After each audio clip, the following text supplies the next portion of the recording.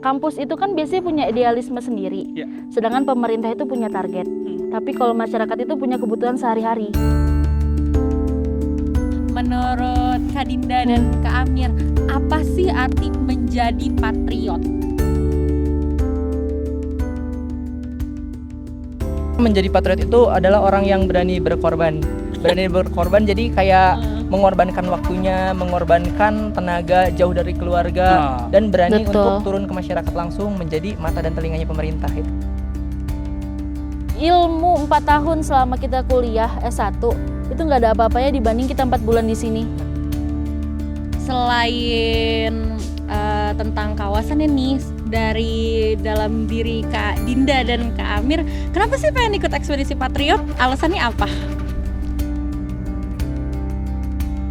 Ini tuh bukan sekedar riset, tapi ini seolah pengabdian kami sebagai generasi muda ke masyarakat secara langsung membangun transformasi di daerah transmigrasi seperti itu.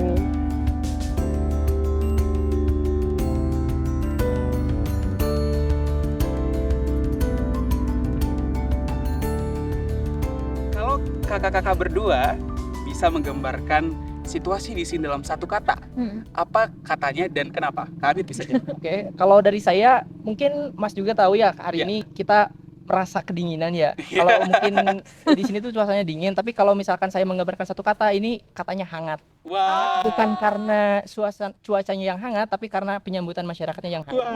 Masyarakat di sini sangat menerima kita dengan baik, iya menerima kita dengan baik dan juga mereka mendukung sepenuhnya. Meskipun kita jauh dari rumah ya Mir ya, tapi ngerasa kayak ini mah rumah kita juga ya Mir ya. Jadi mungkin kita akan move on ke pertanyaan yang lebih serius nih sebenarnya nih. Makin seru soalnya.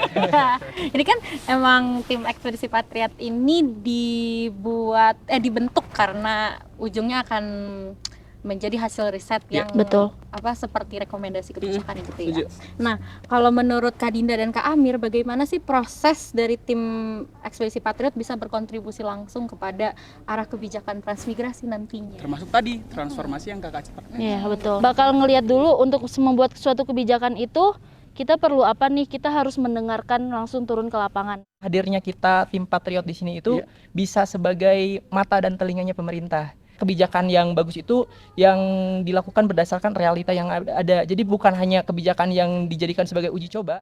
Jadi lebih emosional dan meaningful ya, karena apa yang kita tulis ya yang kita rasakan juga. Betul. Benar banget Mas. Ada we put the heart into it gitu ya, bukan cuman kita teori-teori ya ini kurang air ya udah kita kasih ini, tapi kita juga harus lihat nih di lapangan tuh gimana. Setuju. Iya benar. Nah, setelah beberapa bulan ya mungkin bisa dikatakan di wilayah kawasan transmigrasi Ketapang Nusantara ini, tadi dari cerita sempat mention dan aku simpulin kalau udah ketemu pemerintah, ketemu masyarakat, dan kehadiran kakak-kakak di sini kan tentu sebagai bagian dari golongan akademisi gitu. Betul. Menurut kakak-kakak berdua, apa kunci keberhasilan dari ketiga elemen itu? Jadi kampus menyumbangkan ilmu, pemerintah menyumbangkan arah, sedangkan masyarakat menyumbangkan realita. Kampus itu kan biasanya punya idealisme sendiri, sedangkan pemerintah itu punya target. Tapi kalau masyarakat itu punya kebutuhan sehari-hari. Nah kalau kita udah ngomongin transformasi kan berarti emang visi kita sama nih untuk mentransformasikan kawasan transmigrasi. Nah dari kakak-kakak sendiri kerasa nggak sih kalau kita nih membantu dari akar nih di kawasan transmigrasi selama riset di sini? Gimana perasaannya? Ada kepuasan tersendiri, kebanggaan.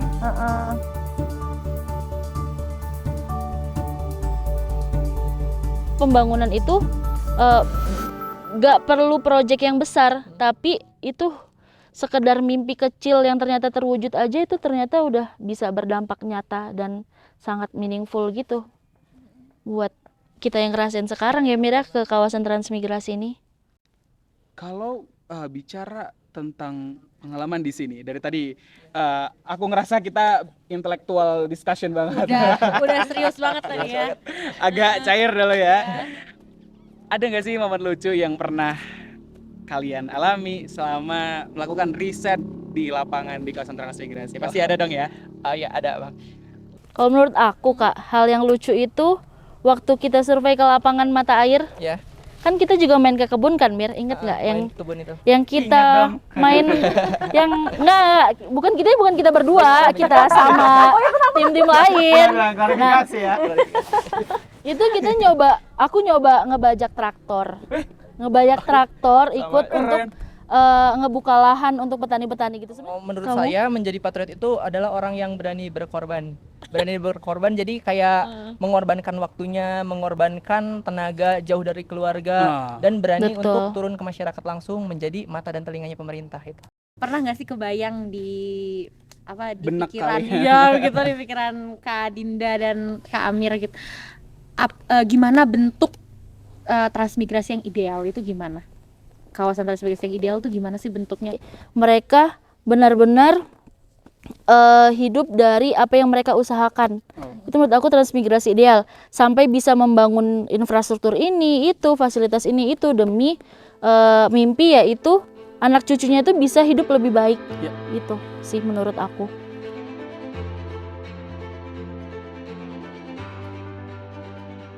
Sebagai nenek moyangnya program Ekspedisi Patriot, apa pesan yang ingin kalian sampaikan untuk generasi-generasi muda yang pengen berkontribusi untuk negeri ataupun mereka-mereka yang pengen join program ini? Untuk generasi muda, semoga kita bisa menjadi generasi yang turun tangan, gak hanya generasi yang tunjuk tangan, apalagi berpangku tangan hanya menunggu perubahan dari pemerintah, tapi kita yang harus jadi perubahan itu, jadi agent of change. Karena semakin segmen semakin deep percakapan kita, jadi saya pengen kakak-kakak berdua menyampaikan pesan kepada masyarakat atau ya siapa tahu mereka akan menonton video podcast ini sebagai bentuk terima kasih dan rasa syukur kalian sudah diterima, disambut, difasilitasi, bahkan ditemani di. Iya benar. Pesan saya ya untuk masyarakat, pertama mau mengucapkan terima kasih kepada masyarakat Jagong Jeget, masyarakat Kecamatan Atulintang, Bintang, dan Kecamatan Lingga lainnya yang ada di wilayah Ketapang Nusantara. Saya sangat berterima kasih sekali karena selama saya di sini dibantu dan dibimbing serta diarahkan. Harapannya semoga apa yang kami lakukan hari ini bisa bermanfaat bagi masyarakat ke depannya dan bisa menjadi dampak yang baik bagi masyarakat di sini ke depannya. Gitu. Ya berkaca-kaca. Karena 1 bulan lagi ya, Mir ya. Karena kita 1 bulan Bentar lagi. Harus bisa nangis pokoknya. Iya. Oke. Nah, kalau nanti kakak berdua akan melihat video ini dalam 5, 10 atau bahkan 15 tahun lagi, kira-kira apa yang kalian ingin sampaikan ke diri kalian dan apa yang ingin kalian ingat dari diri kalian di versi hari ini? Yang pengen aku inget itu saat aku masih semangat turun ke lapangan, ketemu orang-orang. Mungkin nanti ada masanya aku udah kerja di kantoran, udah nggak bisa menikmati suasana kayak gini lagi, bertemu orang, terus juga saling bertukar pikiran dengan keadaan yang alamnya asri, terus juga masyarakatnya baik-baik, culture-nya juga bagus, banget. oke banget gitu. Itu aku pengen mengenang itu sih. Saat aku muda dulu ternyata aku punya kontribusi loh yang nyata untuk membangun kawasan transmigrasi gitu. Ya, aku tambah.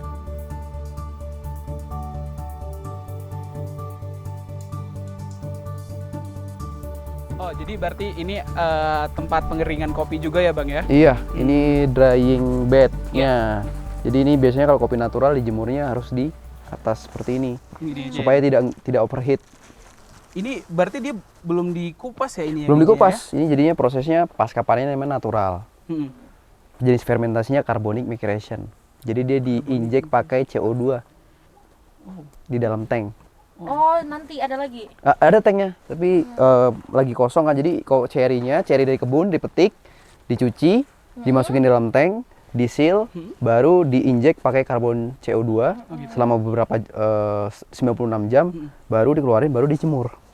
Apa Bang bedanya sama yang ini? Yang wash biasanya, ada wash, ada yang lain-lain.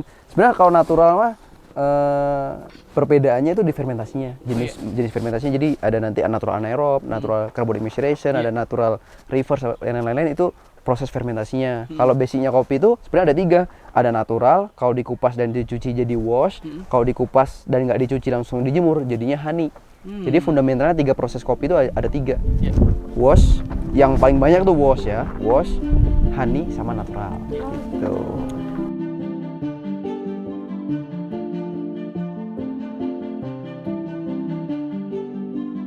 Kak Hernanda, waktu pertama kali anak TFP datang ke sini atau dengar-dengar bentar lagi ada dari Kementerian Transmigrasi nih, ada anak-anak muda yang tergabung di Ekspedisi Patriot. Kira-kira apa yang pertama kali kepikiran di Bang Hernanda? Awalnya awalnya pernah ketemu di kegiatan yang ada di balai desa, jadi saya melihat mereka tapi belum kenalan, belum tahu mereka background mereka seperti apa. Jadi awalnya itu cukup yang kayak oh ya udah mereka mahasiswa gitu. Seperti itu sih. Kalau dari penjelasan Kak Hernanda kan ternyata teman-teman Ekspedisi Patriot itu sangat kuat ya interaksinya dengan masyarakat sekitar, khususnya petani-petani kopi gitu kan.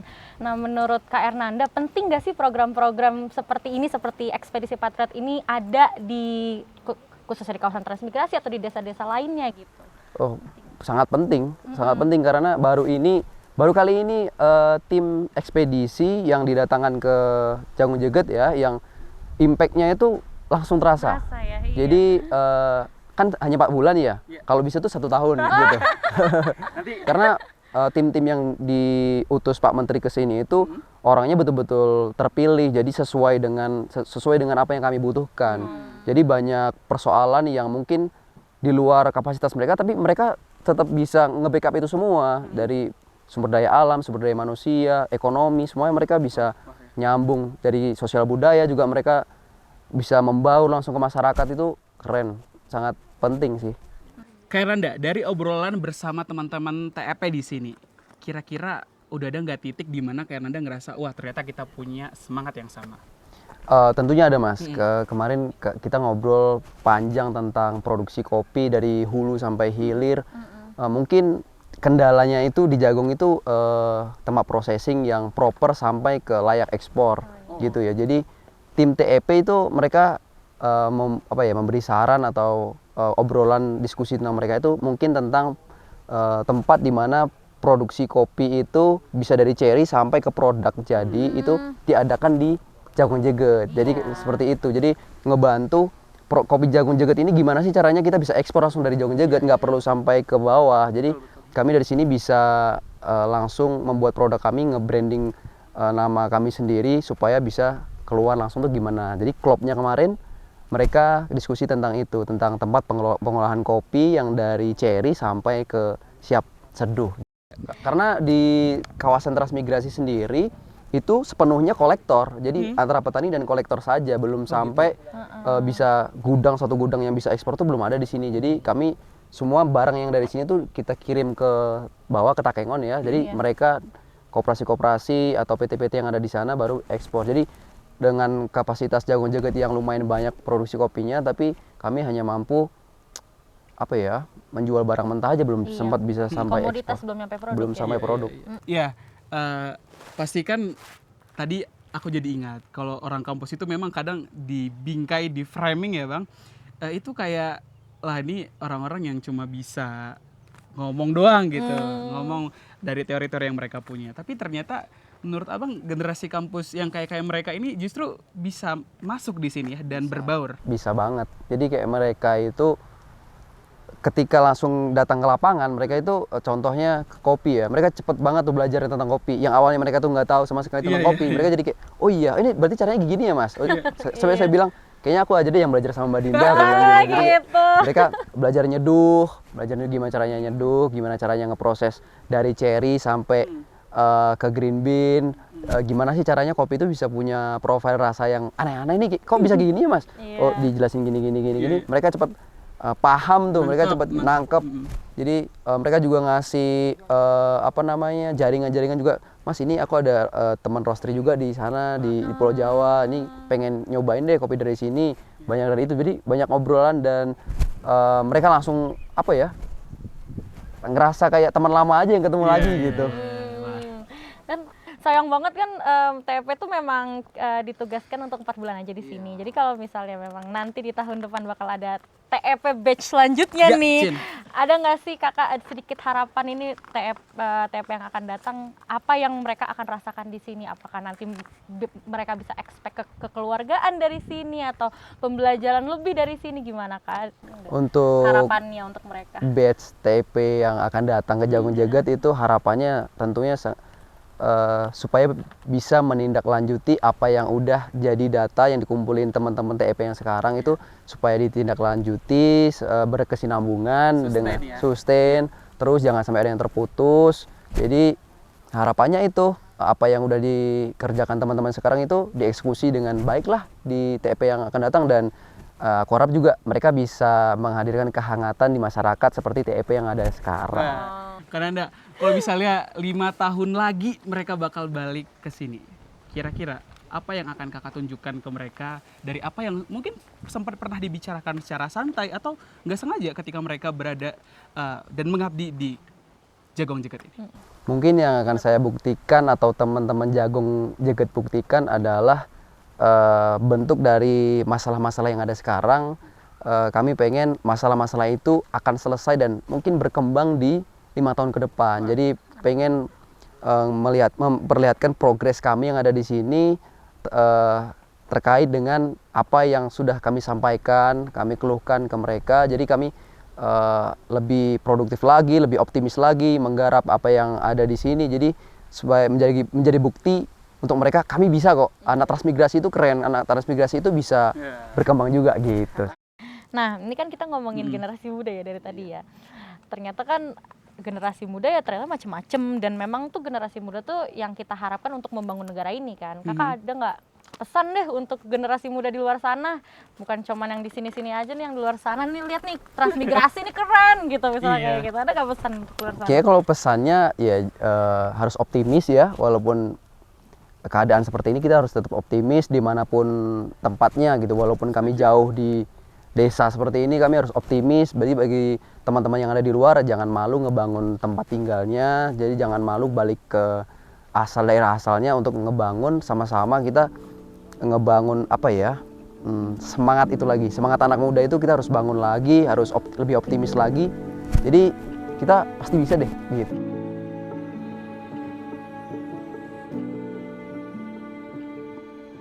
Kananda, kalau misalnya kita bicara ini lebih deep ya, agak deep dikit karena kita udah memasak segmen akhir. Apa yang Kananda syukuri dengan kehadiran mereka di sini, di luar tadi mereka bisa bantu ngasih jaringan, bantu jadi teman brainstorming gitu. Apa yang disyukuri dari kehadiran mereka? Mungkin lebih personal. Yang saya syukuri ya saya mendapatkan teman diskusi pertama. Karena mungkin selama di sini agak apa ya, ruang diskusi itu agak sedikit berkurang ini ya, jumlahnya. Jadi adanya mereka di sini karena ya mungkin keterbatasan atau lingkupnya terlalu kecil atau seperti apa. Jadi mereka yang dari luar ini membawa wawasan-wawasan luar ini, saya sering suka diskusi dengan mereka, gimana sih ini caranya, baik itu secara pekerjaan pokja mereka atau di luar dari itu. Jadi banyak ngobrolan. Jadi bersyukur dapat teman-teman yang apa ya, fresh, satu visi, satu misi, satu pemikiran, anak muda juga. Jadi sangat bersyukur deh. Jadi mereka optimis. Berarti ada dong Kak satu pesan buat mereka sebelum balik ke kampus. Iya. Pesannya tentunya jangan lupakan kami yang ada di sini.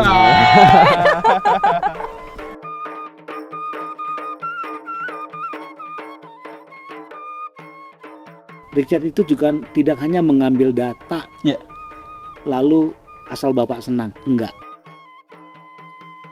Program tim ekspedisi Patriot itu adalah sebuah program di mana pembentukan karakter yang luar biasa.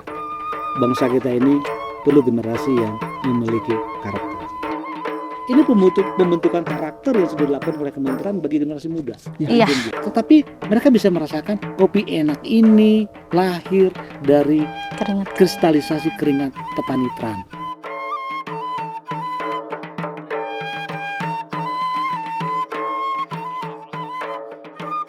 Oke, jadi pertanyaan pembuka nih Bapak. Waktu pertama kali tim ekspedisi Patriot turun nih Pak ke Kabupaten Aceh Tengah dan diiringi ke kawasan transmigrasi Ketapang Nusantara, apa sih Pak yang terlintas di kepala Bapak? Atau misalnya nih contohnya kayak wah ramai banget nih anak muda, atau apa Pak? Apa yang terlintas? Jadi awalnya itu Awal Agustus kayaknya Iya ya. saya mulai bergabung dengan Dinas Transmigrasi dan Tenaga Kerja. Awal saya dirotasi ke sana. Lalu saya dapat kontak nomor Prof Subhan Ya. ya dan Prof Nur Atik. Ya. Nah, dari situ awalnya nih. Mhm. Dari situ awalnya kita bercerita ngobrol dengan Prof Subhan dan Prof Nur Atik. Ya. Kapan mereka tiba di Aceh Tengah. Oh iya. Nah, setelah itu kami melakukan penjemputan dulu Penjemputan. ke Prof Subhan dan Prof Nur Atik yang kebetulan saat itu nginapnya di Hotel Renggali, Ya. sebuah hotel yang terletak di tepi Danau Tawar. Nah, terkait kedatangan adik-adik TEP yang didampingin oleh Prof Subhan dan Prof Nur Atik, kita langsung koordinasi dengan Pak Bupati bahwasannya kita kedatangan tamu. Iya. Kita kedatangan tamu yang akan melakukan riset Riset. di Kabupaten Aceh Tengah. Iya. Yang terpikir pada saat itu ini apa ya? Ini barangnya apa? Ya? Iya. Nah, ini nyambung sama pertanyaan yang ingin aku tanyakan Pak Kadis. Kira-kira apa sih yang menjadi pembeda mereka dari mungkin anak-anak muda yang pernah terjun di Aceh Tengah ini sebelum-sebelumnya gitu? Apa yang menjadi pembeda dari mereka? Dan mungkin tadi Pak Kadis sempat mention bahwa mereka itu unik gitu. Unik, Apakah dari ya. cara kerja mereka, cara mikir, atau semangat mereka? Di samping mereka juga bocil, mereka juga lucu, Bocil. tanpa menghilangkan kekanak-kanakan mereka. Ada sesuatu yang saya lihat dari mereka di saat awal-awal Mhm. saya bawa mereka ke Jagung, lalu ketemu dengan Pak Camat, Ya. lalu beberapa Forkopimcam di kecamatan. Mhm. Tetap saja mereka menunjukkan sisi profesionalnya kelihatan. Profesional ya. Walaupun dalam konteks mereka meminta data itu suka ngelendor. Ya lucu ya. Lucu. Jadi artinya sisi kekanak-kanakan mereka tetap muncul. Iya. Tapi analisis kritis yang terbentuk pada diri mereka tetap muncul gitu. Tetap muncul. Tapi tetap tidak menghilangkan sisi kekanak-kanakan mereka. Setelah beberapa hari Prof ingin mengadakan FGD. Iya. Lalu saya bilang ke Pak Bupati, Pak Bupati ini ada kegiatan terkait FGD yang sebelumnya juga kehadiran mereka disambut antusias oleh Pak Bupati pada saat itu. Mereka dijamu oleh Pak Bupati langsung mengatakan kepada saya Pak Kadis, kawal mereka sampai habis.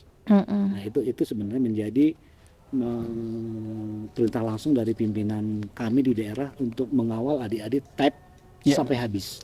Nah, lalu mereka melakukan FGD di kecamatan, banyak yang datang sampai 150 warga. Luar biasa ya. 150 Banyak yang warga, antusias ya ternyata. 150 warga. Saya juga tidak menyangka bisa Rame yang serame datang itu ya. gitu.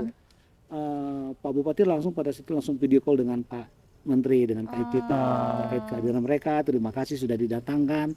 Ya, apa yang saya lihat saat terjadinya dialog antara warga Tran dengan mereka. Gitu.